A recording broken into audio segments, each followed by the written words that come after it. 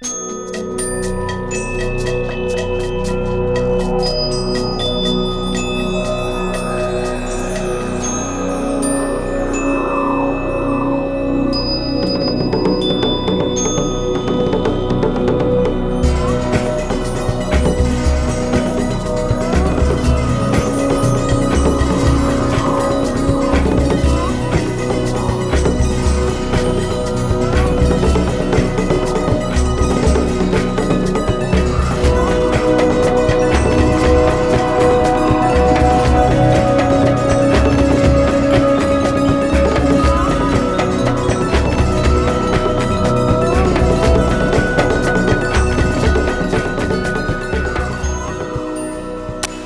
everyone, my name is Kathryn Aboya and I'm here today with a very special guest, Sandra May Shaw.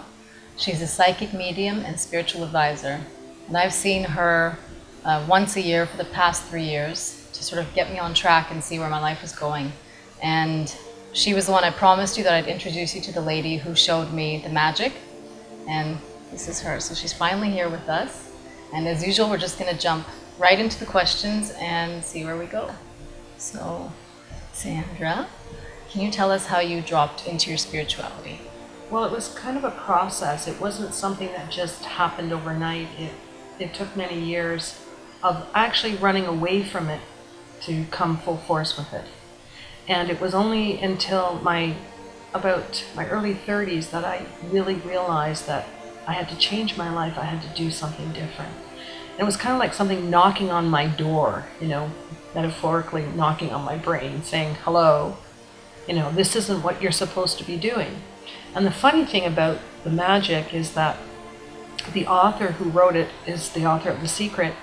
And when I saw that movie, it actually stunned me because it was almost like what I went through, except somebody didn't die.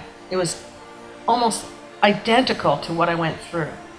And I was just blown away by, how we come into this place, none of us come into the spiritual form easily. We don't do it because we're directed to do it. It's not a natural thing for us. It's actually, it is natural, but it's not natural for humans, because what we're always doing is we're trying to be physical. We're trying to do the whole world the way it is, instead of looking at it from a different perspective. And for me, it was like I had to be what society thought you're supposed to be. Doctor, lawyer, Indian chief, that sort of thing. So if you weren't that, then who are you? So it was stumbling around in the dark, kind of trying to figure out where I was going. And yeah, I had an epiphany, a big epiphany. My business failed, my relationship was in turmoil, my daughter was incarcerated, I was being evicted, all this stuff happening at once. And I had to go, wow, I think I need to look at this from a different place. And it was funny because the experience that I had with a very special person that had passed when I was 12, actually she came back to me at that time in my life, and it was just extraordinary. When she came back, she actually filled me with so much information and so much knowledge and peace, that it just shifted me so much. And I, the funny thing is that you never know how you're going to do this. You never know what the journey is about. But I was willing to say, I'm going to listen and I'm going to follow the signs. And that's what I did. And that's how I've got to where I am right now. So, I think we all have this path sometime in our lives. It's just, for some of us it happens earlier and some of us later. But I don't think that we waste or lose any time with this. It's just about the journey. And everybody has it on their own terms. And if one door closes, another one opens. You don't have to, if it closes, then don't kick yourself over it. Just wait till the next one opens. Absolutely. Absolutely. Because, life is just about a journey. Some people say it's a journey, it's a destination. I think it's both in a way, but the journey is about self-discovery. This rediscovering all the stuff that we've been, imprinted with from the spirit world to human form. It's rediscovering all these wonderful gifts and this knowledge and this awareness that we absolutely know on the other side. But here in human form, we're like, how could this be going on for us? Like, who are we? You know, so it gives us a chance to get back to basics and be in that energy again. And I think it's absolutely awesome. No, it's not that the journey is easy for a lot of people, myself included, but it's a journey well done. That's the way I look at it. It's well done. And having faith in that. Absolute faith, because when you start to really connect back into your source energy, which many people call, it's either, you know, I call it the universe, source energy, heaven, you want a God, whatever that thing that you want to call it. You know, everybody has their own idea of it, you know. When we click into that energy, life becomes so different for us. There's the flow. You're going with the flow. It's just a flow, and it's not about sweating anything. It's not the little things or the big things. It's just about, okay, if this happens, well, okay, let's move on and let's look at something else. You know, a couple weeks ago something happened, and I laughed all the way through it. I thought, okay, the universe is having fun with me, so I'm just going to go with the flow. And I did, and it was just extraordinary. I was like, well, I can't get upset about it. Well, what are you going to do? Get yourself worked up and upset. Use all that wonderful energy you need to create? No, I'm not going to do it. So I said, okay, whatever the universe is plotting for me, I'm just going to go with the flow. I guess you're being a witness to what's going on. Absolutely. Absolutely. Life is awesome. It really is. That's, I think, one of the most important things that I learned from Sandra was that there is a lot of magic just through gratitude, being grateful. The book, The Magic, you sprinkle gratitude on your food and on the people who are cleaning the streets. It's like gratitude fairy dust. Gratitude fairy dust, yeah. And sometimes people look at you and think, what is that person doing? But the gratitude just opens up things that you never even thought were possible. And afterwards, if you start to journal it, you say, I can't even believe that happened today. And that was something that I experienced after I saw you after you said and you probably became, like myself, more open to not planning everything. Like, you know, we become such planners and stuff. And I'm not saying that's wrong. Okay, for some people, you know, this is how it works for them. But we get so caught up in planning all the time. We don't know how to let ourselves just be. And this book is extraordinary because it just shows you, like, just let yourself be. It doesn't matter. Yeah. You know, it's not important it's not for anybody else, it's just for you. So, and that's how it's worked for you. That's how it's worked for me and for everyone around me. The book, whenever it just seems that whoever intuitively needs it ends up grabbing the copy, and then it comes back when it needs to, and then I'll start again, and then someone else will take it, and just beautiful things happen that I couldn't even... I mean, I know how it worked for me, and is extraordinary because at the time I had a lot of loss going on, people passing away, and my ex had passed away, and my children were very upset, and you know, we were going through a lot of transition around it, and this book literally just fell off the shelf. It was the truth. I mean, people talk about this, but it was the truth. It just fell off the shelf. And I thought, I think I'm supposed to read that. So I picked it up and I started reading it. I was like, oh, thank you, universe, for this. Thank you. Because it just took me right on my fog. And it focused me so clearly. And it's how I felt, though. How you start to feel from this. Within a few days, you feel different. You feel lighter. You feel, you just feel so wonderful. And you know, you feel like really full of love. Yeah. And you know, I started reading the book, and I had a client contact me, and he had been my client for 14 years. And I was very sympathetic, but I said, look, I'm not helping you. I can't read for you anymore. And he was very upset with me. But I tried to explain to him, like, you know, save your money. You know, he said, like, you don't understand. I'm going through all these things. I said, look, okay, get this book. I just didn't know what else to say to him. Get this book. Because I really felt, but well, I wasn't helping him. So I said to him, you read this book, I'm going to be in your area in about 3 months, and I'll call you and see whether or not we're going to do this. And it was so funny because when it got to the point where I had to call him, I was like, okay, so I wonder how this is going to go in my mind. So I said, okay, just leave it up. I called him. I felt something different from the phone. I just felt the energy was different. And I asked him if he was interested in having a session, and he said yes. And it was extraordinary, the change in him. I mean, although physically he looked the same, but his energy, his vibration was different. He was lighter, he was calmer, he was peaceful. And, we went through the session, and at the end of the session, he had the most extraordinary epiphanies reading this book. And I gave him so many things to read over the 14 years. He never did anything. And he was just so ecstatic about this book and energized and motivated. And now he's like ditching everybody copies. You can't get enough copies. At the time he called me, his house was being foreclosed. He had lost his job. His relationship ended, and she stole the truck and smashed it up. Okay, so when I saw him in 3 months, he had a job, his house was secure, he got his truck back, had it fixed, sold it, and got a new one. And the very thing that was driving him through this life was a relationship. He didn't care about it anymore. He was at peace with himself. And just to see that transformation in him, who was like, in a reading with him, I should have been paying him because he was talking the whole time. And I thought to myself, how can I help this man? I tried so hard to, and his family from the other side to help him. But he was just like with blinders on, going through life like this.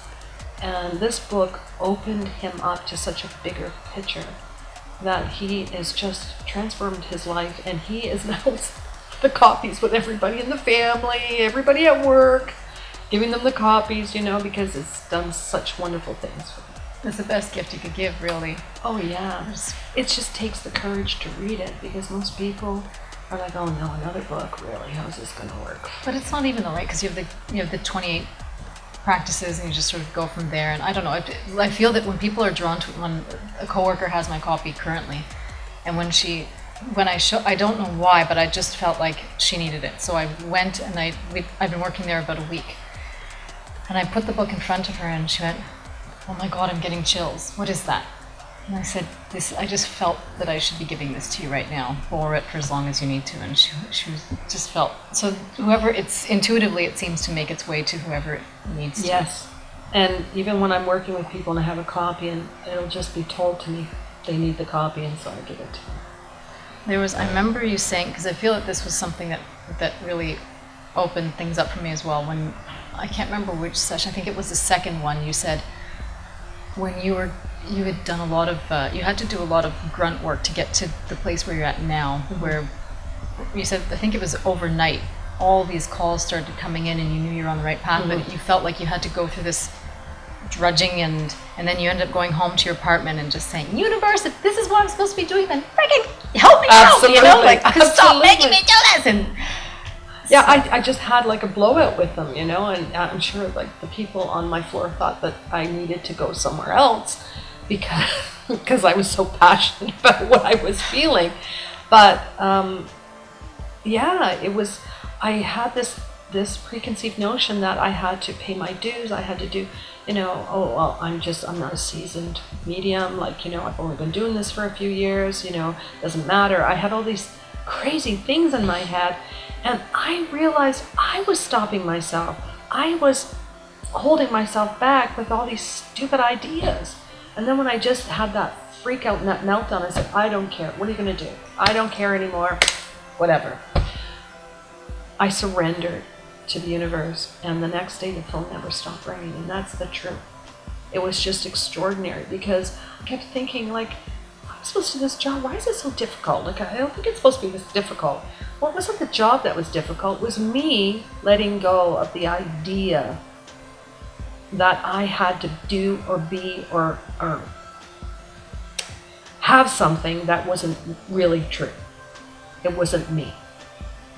And when I let that go, that changed everything. Because you're on your path, and then it opens. That's right.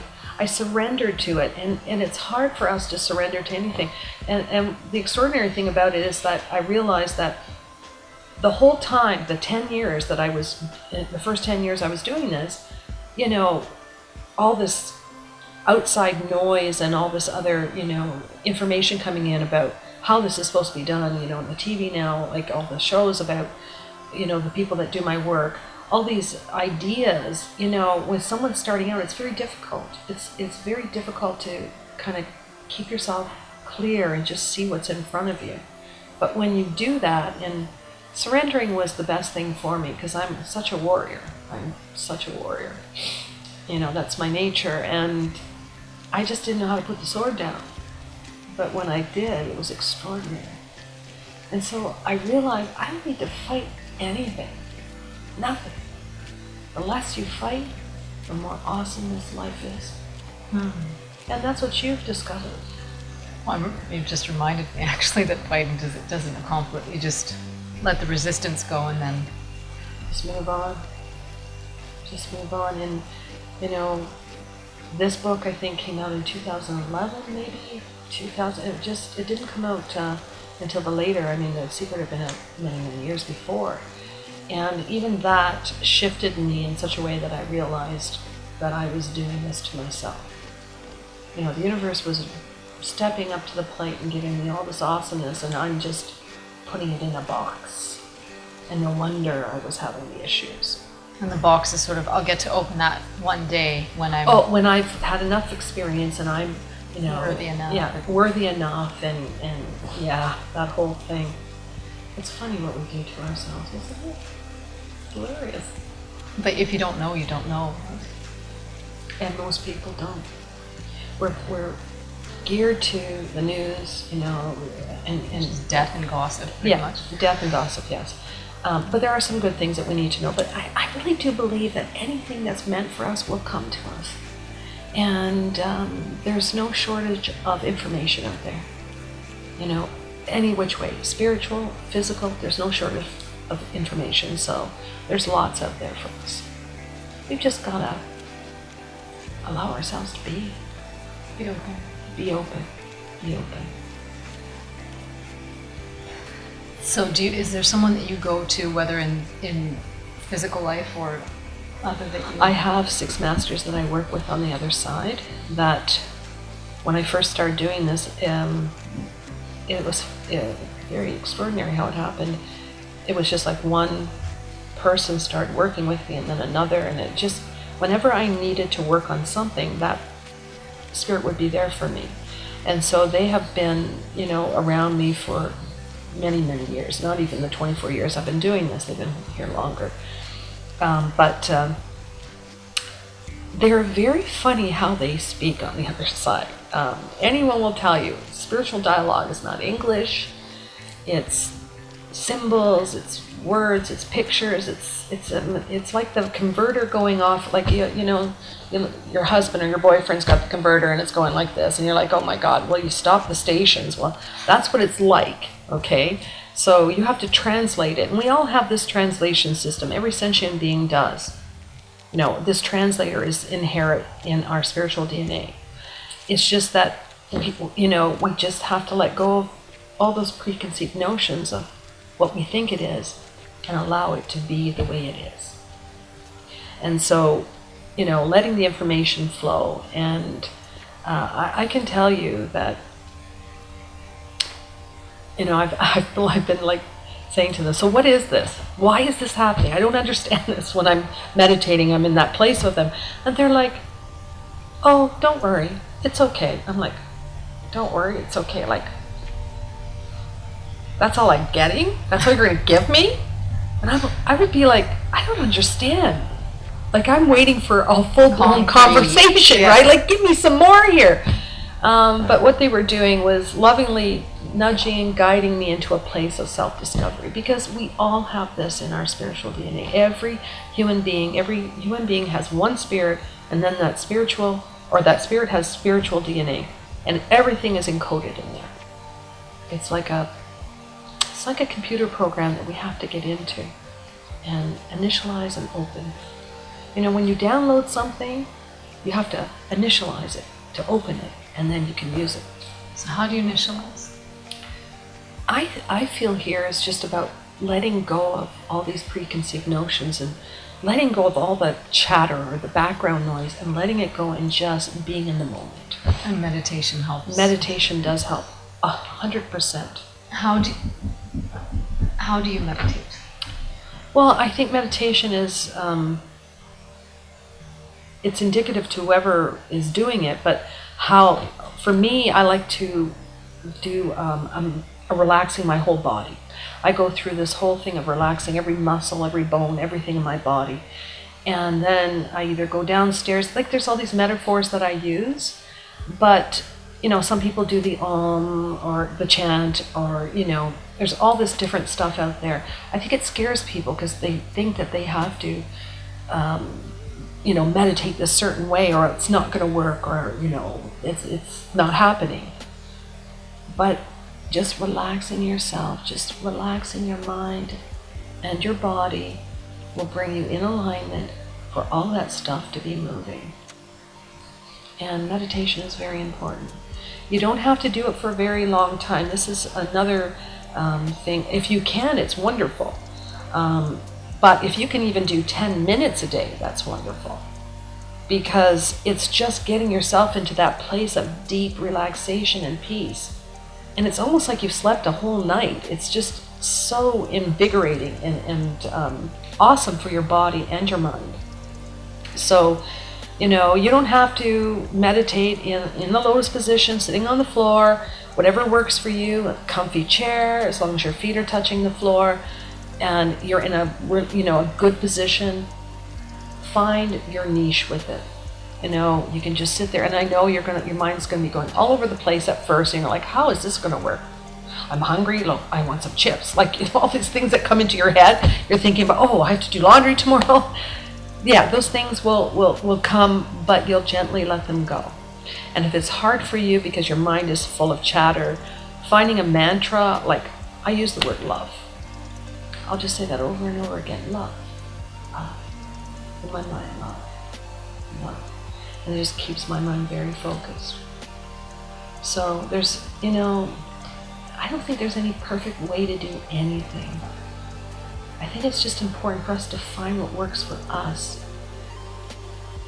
and use it and enjoy it. I know that it's a practice of yours every day to get, because you can get lost in the darkness and the despair. It happens, but I know that you every day you put out light and love. Before I even get out of bed, I am totally loving my body, everything, like every organ, my skin, my brain. I'm being grateful that they're wonderful, they're mine, and they're working great, you know? And I thank the universe for this wonderful life. So I go through this whole thing before I even touch the floor. And then I do EFT tapping, which is a wonderful tool. It's an amazing tool for grounding you, to keep you very focused, especially if you're under a lot of stress. It's great. I do that, and I write my gifts. I journal every morning. I fill the page up with things that I'm grateful for. Sometimes it's different, sometimes it's the same. Like, you know, whatever comes into my mind, I write it down. And the meditation comes after that. So you wake up, you give gratitude, then you go do the journaling, then you do the meditation, and then you treat yourself to breakfast or whatever you do. Well, then I go to the gym, or then I work, or, you know, it's the way I start my day. And I explain to people that when we start it in this place, everything just falls into alignment. You know, and even if you have a little pebble, I call it a pebble that you stumble on, you know, you just laugh about it and you move on from it. It just doesn't become a big... Don't turn it into a rock. Yeah, don't turn it into a boulder. You don't need it to be a boulder, right? Get away. Mm-hmm. And is there, so you, on a daily basis, that's what you do? Yes. And that's how you meditate. Is there a rule you have in life? Love yourself unconditionally and completely. No matter what anyone says, love yourself. Because if you don't love yourself, there isn't anyone that on this earth that's going to love you more or greater. Love yourself. That's so important. It is. So important. It's so important in this life. You know, from my era, you know, when we talk about loving ourselves as children, it's like, oh, that's, you know, that's selfish, that's narcissistic, that's venile, that's very negative. You don't love yourself. And it's funny how we've come to understand that that's the most important thing in our lives, is to love ourselves in the most positive, loving manner. And, you know, when we do that, we change everything on the outside of ourselves. And the bigger picture looks different to us. It becomes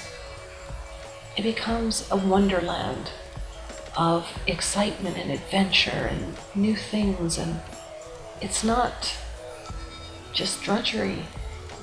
It's absolutely awesome. I keep saying that word because life is awesome. I just love it, you know? And you do too. There's something about having this tangibility or this being in touch with the other side that I find really fascinating, and I don't know if there's a way of, because I guess everyone has some sort of access to it. We all do, yes. My sister has, with great ease, or not with great ease, but she's able to talk to my mom, and she said she's in actually, I picture it being somewhat of this color, but she said she was in a blue dress. I saw her, and her hair is just as she was when she was young, long, blonde. She had eyes like yours, you know, blue-green eyes. And she said she's reading for people on the other side through astrology, because it wasn't very well accepted when she was alive. Yes. And she said, I'm helping people, and I'm so happy, and she can talk to, and I feel like I don't know how to get in touch with her. And is there a way that, if we're missing our loved ones, or how do we?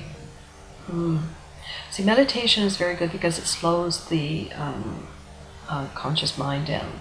And that conscious mind is always the analytical, quantifying part of us that wants to know how it works and why it works, and whether or not it's real, or supposedly real. But you see, when we slow that down and calm that part of us down, our subconscious mind becomes very active, and that is always connected to the divine energy, the source energy. It's just whether or not your conscious mind is it becomes a driver in our life, because it seems to think that it knows better and knows what to do. It's a control freak. Yeah, it's a control freak, yeah. But it has its purpose too. I mean, there's nothing here that we have that's not without purpose. It's just that we give it too much power. And it's learning not to give it too much power. And people will say, oh, that's crazy, how am I going to do that? Actually, when they start trying to do it, they'll see it's a lot simpler than what they think, and it's a lot different. I suggest to clients that when you're nice and calm, when you get into bed, just relax, take a few deep breaths, and let your mind just drift off, and invite your family for coffee. Say, I'd love to see you in my dreams for coffee. I know it sounds like a bizarre thing, but we know what coffee means. We're meeting for coffee, right? They love that on the other side. They're so obliging. They're always there for us. And they want to communicate with us, but it's that background noise that is always chattering in our head that stops. Oh, we get little bits, little fragments, and what's that? So we get ourselves all worked up over it, like, oh, we're not doing this right. We're all about steps in this life. If you give I tell people we're not IKEA furniture. We don't have a diagram how to put ourselves together. We have to learn this here. This is the whole journey of self-discovery. And so we have naturally the ability, all of us do, to communicate with the other side. All of us do. In my case, I got jump-started with 3 near-death experiences, so it's really jump-started my psyche. But a little bit of work and we all can do it. Because we're all from that energy. We're all, I use this metaphor with people and they're kind of confused. I said, look, you may look like your father and you may have your mother's personality, okay? But you still have like all these things that come from your parents. Now, if we were created in the perfection of the source energy, wouldn't we have all those abilities and gifts that the source energy has, but in smaller form? Sure we do. But, we think it's egocentric to even think that. But it's not, it's the truth. But when you look at it from a place of love and joy, we can do a lot of things. And if people, and I try to direct people on how to do this because it's important for us to communicate with our loved ones. Because they're never far from us. They're watching over us more than you can ever know. And we don't take a step without them. Mind you, we don't have them on the phone giving us the raspberries or whatever. We have them on the psychic phone, not on the telephone. So when you look at it that way, it's... So invite them into your dreams. Invite them for coffee, tea, whatever it is that you like to do. Say it to it before you go to sleep. Now, it may take a few times, and there's no perfect way to do this. It's just about letting yourself relax and letting yourself be. It will come. And do not touch your head when you wake up. Scratch your face. Do not do anything like this because this will make you forget everything that you've dreamt. People, we do this, it's I think a human thing where we scratch and do all this stuff in the morning before we even get out of bed. My suggestion is not to do that because, a lot of times when we dream, we'll forget our dreams as soon as we wake up because we've shifted that energy here. So that will help as well too. But don't give up. There's no perfect way to do it. Just keep yourself in a place of faith and know that it will happen. And when they do, communicate with you. It's kind of funny at first because we don't use our mouth on the other side. We're very empathic. So a lot of clients have referred to me as, said to me, oh, I saw them in my dream, but they were just staring at me. It was freaking me out. I'm like, well, because they don't speak with their mouth.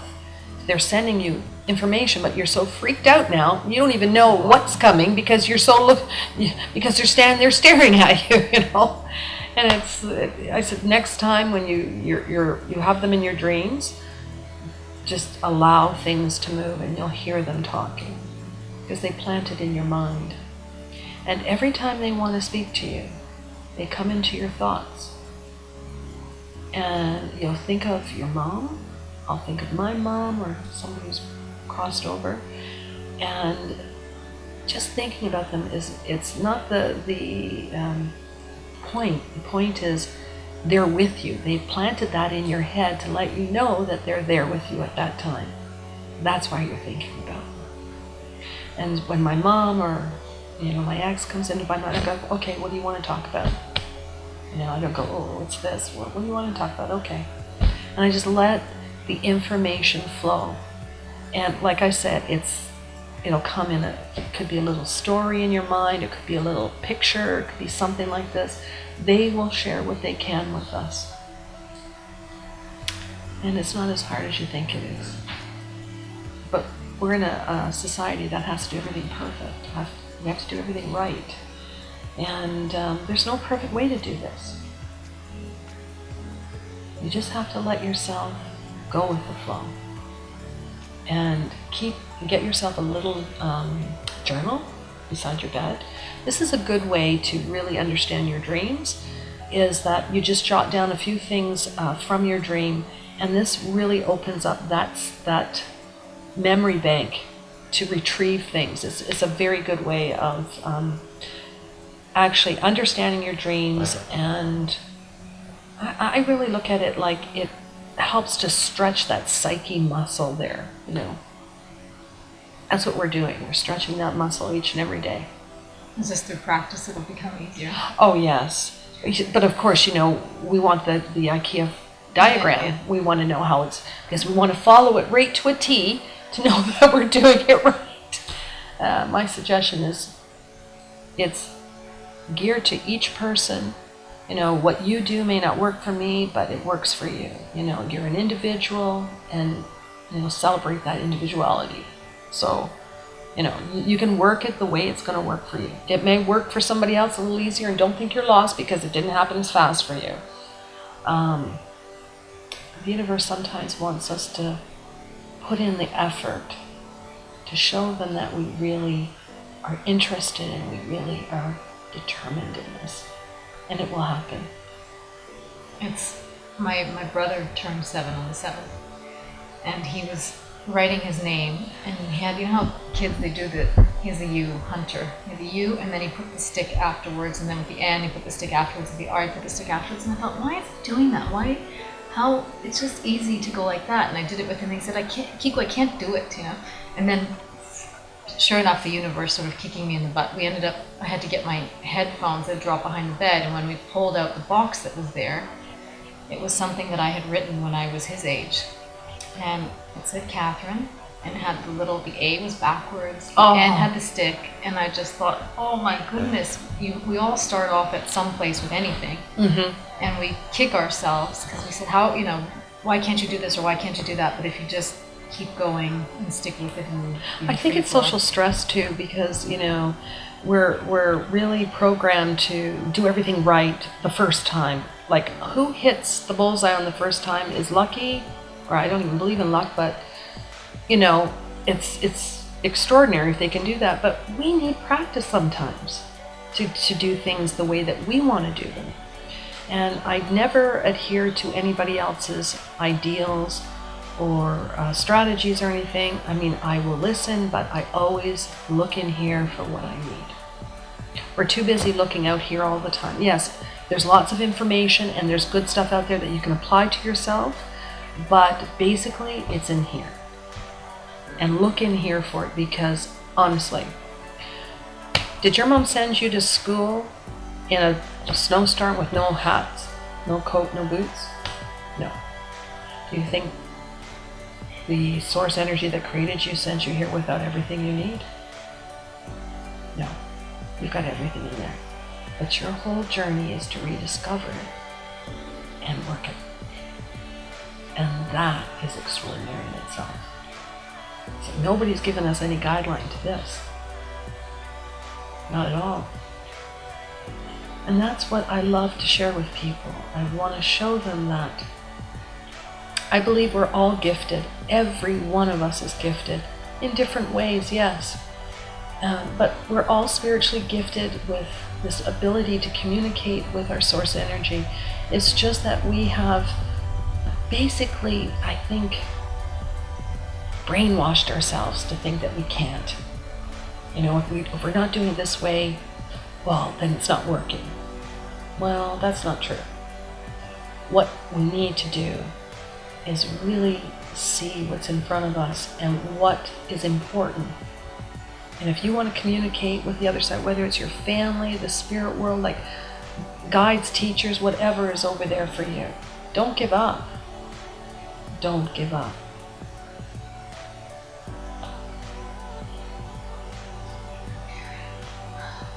What makes you happiest? Life, my loved ones, my work. That makes me happy. See, coming from a very religious background, we weren't, the Catholic guilt. We weren't allowed to be happy about very many things. It's funny when I think about it now, and my mom had such a heart of she was like a fairy and a jester all in one, you know? She was just so creative, and I mean, with 8 children, it was hard. And when I look back how she would make something out of nothing, I realize it's not about what we have. It's not about all these wonderful things that are around us. It's really just about, you know, the simple things. Love, joy, happiness, bliss. It's just all these simple things that are so important. And so you know, I look back and I take from her what she showed me, and I just want to be happy in my life. Happy with what I do, who I am, and just enjoy everything around me. And I think and most people think that is, oh God, that's a new age thought. That's a new age way of thinking. But it's the way we all have to think, because we're in such a shift right now. You know, globally we're in a shift. The earth is in a shift. We're shifting out of that, you know, patriarchal paradigm into a matriarchal paradigm, which is so nerving for most of us, because we've been in this place for so long with control and, you know, logic and all these things that have been holding us back. And I think the key to life right now is, again, go with the flow. Don't sweat anything. Do the best you can. If you don't like where you are, change it. You know, life will only give you what you give back. And if you give nothing, you get nothing. So all you people out there that are sitting on your fannies saying, oh, poor pitiful me, and this is my life, I'm letting you know, anybody can change, anybody can do this. And the key is through gratitude. Yes. Being grateful. I'm grateful for today, grateful for this wonderful time with you, that we can talk.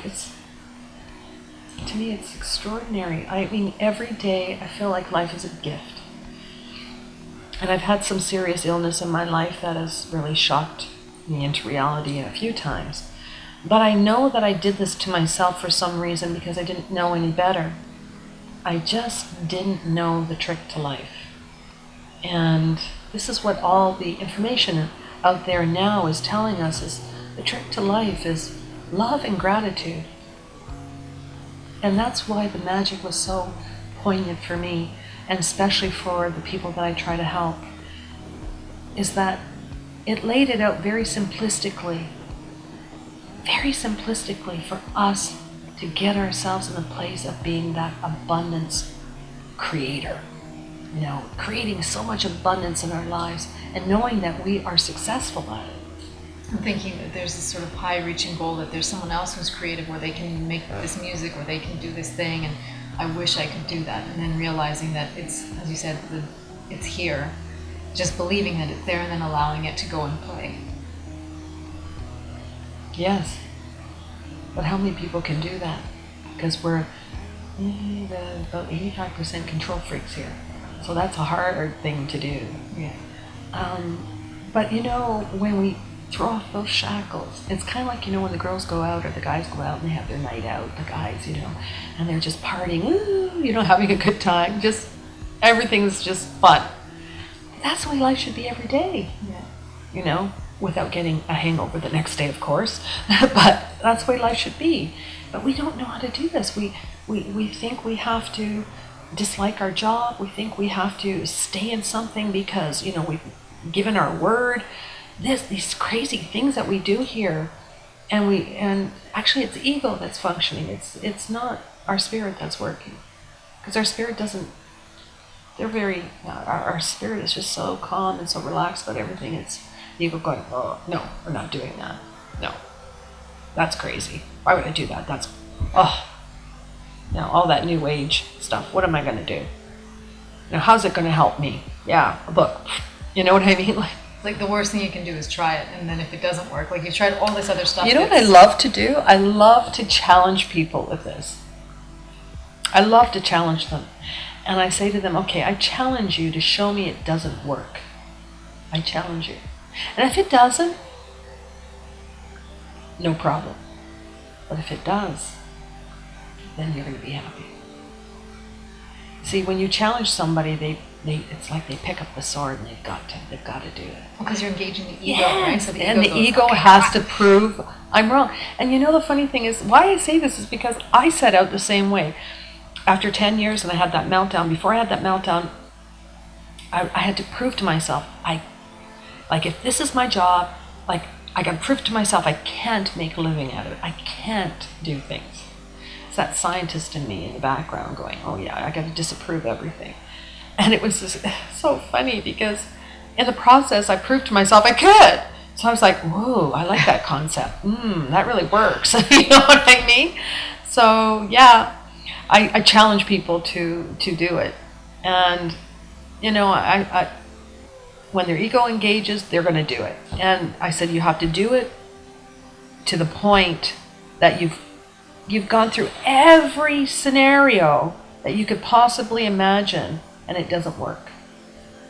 Then it doesn't work. But if you go through all that and it does work, Hallelujah. look at how wonderful it is for you. And sometimes I think we need that motivation, you know, because we're lazy. We're pretty lazy here.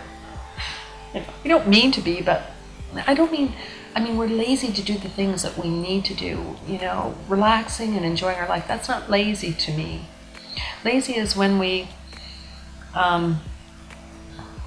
know we have things to do, we know that this is where we need to be going, but we're sitting there going, okay, where's the magic wand? How's this going to work? But could it be fear that it doesn't? I know that for quite some time I thought that the life that I wanted to live was not available or accessible to me. Yes. So then it becomes this sort of, you stagnate and you go, I want it so badly, but I can never have it. And then you're just chasing your tail perpetually because you just... Oh, I'm not good enough. Who would want me? Look at, I'm not tall enough, small enough, whatever. You know, we're not enough. And we start dismantling all that beautiful energy that we came with. Because from the time of birth to about 7, 8 years old, we are right in the flow. And when children speak between those ages, they know what they're talking about. Yes, they do. They're very connected to the other side. You know, their little imaginary friends are not imaginary. They're actually family or whatever spirits on their side. They could be ghosts. I mean, there is different entities here. There's a ghost and a spirit. Translation spirit is they've crossed over to the other side where a ghost gets trapped in between the planes.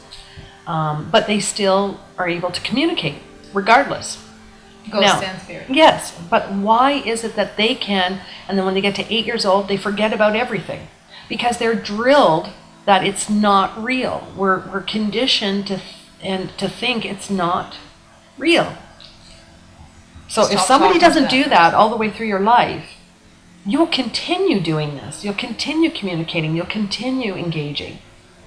But if you have someone constantly telling you, oh, that's not real, and you're going to be looking crazy and stuff like this, well, of course, we condition our mind that it doesn't exist and it's not there. And then you put the shackles on. Yep. It's like the elephant who has the chain around the ankle and doesn't realize it can break free, right? Absolutely. Absolutely. But when you break free, it's like the cork that has been held down in the water just pop up and you can fly. Absolutely. And there's a sense of fearlessness and bliss from that fearlessness too, where anything is possible. And I mean, even looking at my life, the things that I've come in contact with and things I never thought I could ever do have happened for me, and it's just been extraordinary. And did somebody do this for me? No. I created it. I brought it into my life. I made it happen.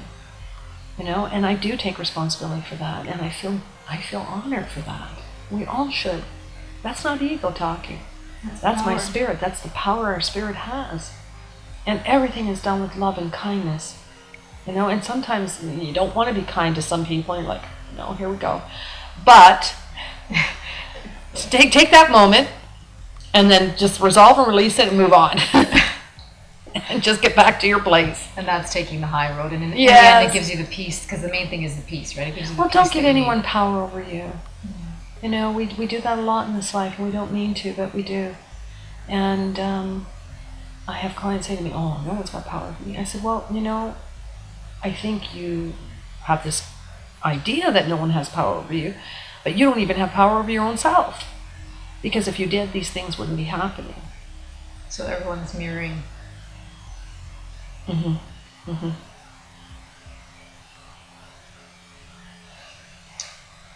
I was going to say, what's some important advice you'd give, but that's all pretty important advice. What has impacted your practice the most? That's There's been quite a few things that have impacted what I do. Like, this was not the career choice that I had. I mean, nobody goes into this willingly. I don't care what anyone says. Nobody, we fight this because we don't understand it at first. We don't think we're worthy of it at first. We don't think, you know what I mean? We have all these ideas about it. But what impacted me the most was my mom's incredible faith in things, that no matter how hard it was, she had this faith, this unwavering faith that everything would be okay. And I think about that many times in my life, and it's brought me such peace and strength at the same time. Because, without faith, I think that we're kind of lost here. And we have to have faith in ourselves, faith in the powers that be, faith in everything around us, whether we see it or not. When I meditate, it's an extraordinary thing. When I do a long meditation and I go over to the spirit world, I never know what it's going to be like. I kind of just go with the flow. It could be I'm in a beautiful, beach, or it could be I'm in a meadow, or I'm, in a forest. I could be anywhere. I just kind of go with the flow with it, And what they've taught me is that even though I don't see anything there, this was the big thing. This were the blind faith I really understood. I'm standing there, and even though I want to sit down, even though I don't see anything, I know without uncertainty that if I put my butt down, there's going to be something for me to sit on. And if I'm thirsty, all of a sudden something will appear for me to drink. Now, how can that be? Why is it there it can only happen and not here? It's because we haven't been trained to understand it here. I'm not saying like water will just appear in front of us, but there's so many things that we have the power to create, and we just don't have faith in it. I do this meditation, and it was very extraordinary because every time I went into this place, it was very galactic, but this huge light. And I kept saying, what's that light? Like, what is that light? And I'd say to my masters, like, what's that light? Oh, don't worry. This sort of thing went on for about 1.5 years. I finally had my little meltdown, and I said to them, look, I want to know what this light is, because I'm tired of like you saying to me, you'll get it, or in time, this. I said, what is this? And they just looked at me, and I thought, oh my God, I'm not going to get anywhere with them. So, my day went on. I went to bed, and like clockwork, around 2:15, they wake me up, and my whole bedroom's like lit up, and they have like a magnifying glass on this light, and I just realized, I went, oh my God, they're all little spirits. They're all us. That light was all of us. That's what the Creator is. That's what the source energy is. All of us that make the whole. We're just a part of it. And I went, wow, thank you. Got it. My kids were like, Mom's talking again in her sleep. They'd be up talking away. They're like, oh, here she goes again. So the key is to be persistent. Yes. Oh, yeah, but don't be that persistent, because you don't want them waking you up like that. They like to wake you up. Do they? Oh, yeah. Like when your mom grabbed your foot? Oh, when my mom grabbed my foot, yeah. That was a shocker, because, she had passed in surgery that day, and I knew it was going to happen. I knew before she left. She just was glowing when I saw her. And I was sad because I love my mother, but at the same time I was joyful for her, because I know that this was a hard life for her. And, long story short, she passed away in heart surgery. And that night was very stressful. 8 children, big family. And, I was in bed trying to sleep. My sister with her 4 dogs thought they were going to, eat me in the middle of the night. Anyway, so all of a sudden I felt this warm hand on my ankle, and I thought, what the heck is that? And then the next thing you know, I'm on the floor, and there's my mom standing over me and shaking her finger. So funny. Shaking her finger like, those no doctors, like telling me everything that happened. And I was like, because I wasn't prepared for. I've never had that happen, right? It was the first time that someone just like, it was like she was there. Like I felt someone yank me out of bed, and it was her way of letting me know, because I used to say to her, "Wait, Mom, till you cross over, you're going to find out all that stuff, that religious stuff is just a crock of crap." Oh, Sandra, don't say that. I'm going to have the priest over and pray and have mass. And I'm like, okay, Mom, But she wanted me to know by these little things that she did that, yeah, it's not like that, folks. It's different. We're all the same. We're all part of the whole, that source energy, but individuals working. Because what I've found here is that we're hunters and gatherers of information, and we get that information through experience. And that's what makes the source energy so powerful. It's all wisdom and knowledge. And soon we're going to click into that, and we won't be living the way we're living now. We'll be living a different kind of life. And a lot of people will interpret that as, the end of the world. It's kind of the end of a way of thinking, a way of living, and embracing something that's greater. It's the end of this restricted world, right? It's that patriarchal paradigm that we're in. It's very difficult because it is very restricting and very controlling, and this is where we're trying to move away. We're trying to break away from this, and it's difficult. 40 years ago, when things were really hard for me with this, I didn't have anybody to go to. I didn't have someone to share what was happening with me, because my mother, was in her place. So I was very angry about it, and I kind of gave the spirit world a good run for its money, so to speak. But I clicked in. I couldn't run forever. I had to click in finally. And we all have to click in. It sometimes it's at the end of our lives. Eventually we all do. We don't leave this life without it. Is that I guess sometimes when someone crosses, as they're crossing over, that's the white light, or that's the experience that they're having, or? When we cross over, it's not like what people think. That's not what I've discovered. Yes, there's peace, and some people don't cross over depending on the circumstances of their passing. They get a little stuck, and that's where a ghost comes into play. But when we cross over, we're drawn to the light. We're drawn through music, through somebody comes to get us. We have something that's bringing us there. And before we pass, we have all these epiphanies, and this is where people will want to make amends, and they'll want to, because they're dying, they want to, make things right in their life. So it'd be nice to do that without the purpose of the demise there. It'd be nice for us to just be in that place without that. And I think that's where we're shifting to. It's going to take a little time, but we're going to get there. Whether we like it or not. It's coming. It's coming. Yeah. I have one last question. Okay. Which is, what advice would you give to people who are starting off, who might not necessarily have you with them to speak with, or whoever, say you're alone and you're stuck in this sort of, like I was chasing my tail and then I ended up seeing you or seeing a friend, or shifting you out of it. I know that we're supposed to connect to each other, but what advice would you give to someone who's in that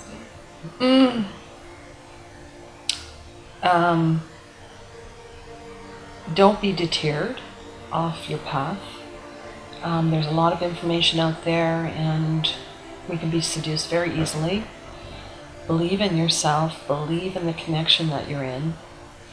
Meditation is important. Journaling is important. And keeping abreast of everything that's going on around you, especially in this, the new age, the spiritual trend that we're in. Keeping abreast of the people out there and what's happening. Not necessarily that you're going to, follow that path, but understand how things are flowing. And don't think you're crazy, because you're not. None of us are. Not really, no. And share your light with others. Yes. And talk and find and stay in a place where there's like-minded people that support your magnificence, that really, give you that wonderful energy. And just believe in yourself. That's the big thing. Love and believe in yourself. Thank you. You're welcome. It's so much appreciated. I remember there was one thing you said. You said, I won't accept bad behavior from people that I love. Well, I don't think we need to accept bad behavior from anyone. I mean, we all have our moments. That's for granted. I've had my moments too in the past, and I work very hard not to allow those things to happen, because that just uses too much of my wonderful energy. But I think sometimes it's very difficult for us because we don't, again, there's no instructions, there's nothing to show us, where we're going. And then when family acts out, or friends act out, or loved ones act out, and this negative behavior is happening all the time, we've been taught, they'll get through it, or, they're having a bad day. We make excuses for people. And I really do believe that we don't need to do that. Bad behavior is unacceptable. It doesn't matter what age, where you come from. I don't think anybody needs to have that behavior. Why do we need to take that? It's important for us to be in a place of balance and grounding, and bad behavior just tries to knock us off our pedestal. We all have one, and it's okay. It's okay to have a pedestal. As long as you're the one who's doing it, it's okay. Everything in moderation is good here. And we have to stop being extreme personalities or extreme energies where it's either stop or go. We have to find that flow, that we're not doing these extremities. And we will have those moments when we do them, but if we can remember to try and be in that place, then the bad behavior just fades away. And don't accept that from anyone if you don't need to. You're welcome. So much. Thank you for having me. I'm such a It's a pleasure. Yeah. Very much so. Thank you everyone for listening, and love yourself because you're beautiful. As Sandra said, never forget that, and have a beautiful, magical weekend, and we love you. We love you. Namaste. Namaste. Bye everyone.